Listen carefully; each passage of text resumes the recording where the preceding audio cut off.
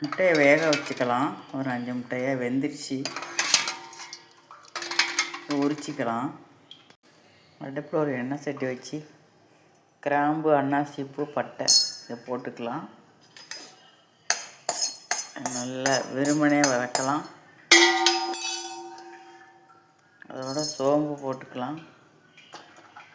அதோட கொஞ்சம் ஜீரகம் போட்டுக்கலாம். நல்லா வதக்கணும் ஃப்ரெண்ட்ஸ். இதே மிக்சியில் போய் பொடி பண்ணிட்டு வந்துடலாம். நல்லா சோம்பு போட்டுக்கலாம்.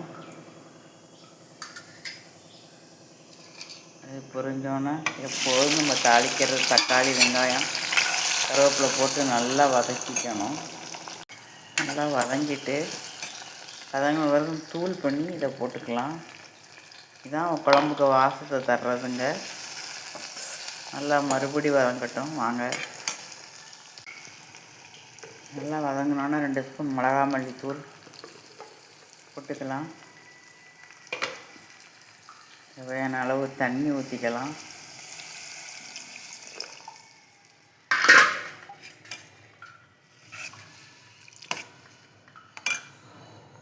தேவையான அளவு உப்பு போட்டுக்கலாம்.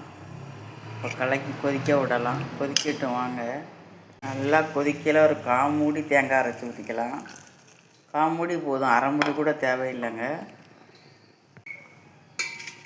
முட்டையை ஒரு கொதி வந்ததும் முட்டையை போட்டுக்கலாம். தேங்காய் ஒரு கொதி வந்ததும். எங்கள் வீட்டில் 2 பேர் தான், அதுக்காண்டி 4 முட்டை. உங்கள் வீட்டில் நிறைய பேர் இருந்தாங்கன்னா நிறையா முட்டை போட்டுக்கோங்க. கொதிக்கட்டும். வாங்க. குழம்பு ரெடி ஆகிட்டுங்க. அசைவத்தை பொறுத்த வரைக்கும் நம்ம கிராம்பு சேர்த்திங்கன்னா நல்லா குழம்பு டேஸ்ட்டாக வந்துடுங்க. அந்த காரம் கிடச்சிடும் கிராம்பை சேர்த்தா. சரிங்களா? முட்டையை பொறுத்த வரைக்கும் நாங்கள் நிறையா கால்சியம் சேர்த்து வாரத்தில் ஒரு நாளாவது முட்டை குழம்பு வச்சு நம்ம சாப்பிட்லாங்க. சரிங்களா? ஒரு லைக் கொடுத்து பார்த்தா எனக்கு கொஞ்சம் சப்போர்ட்டாக இருக்கும் ஃப்ரெண்ட்ஸ்.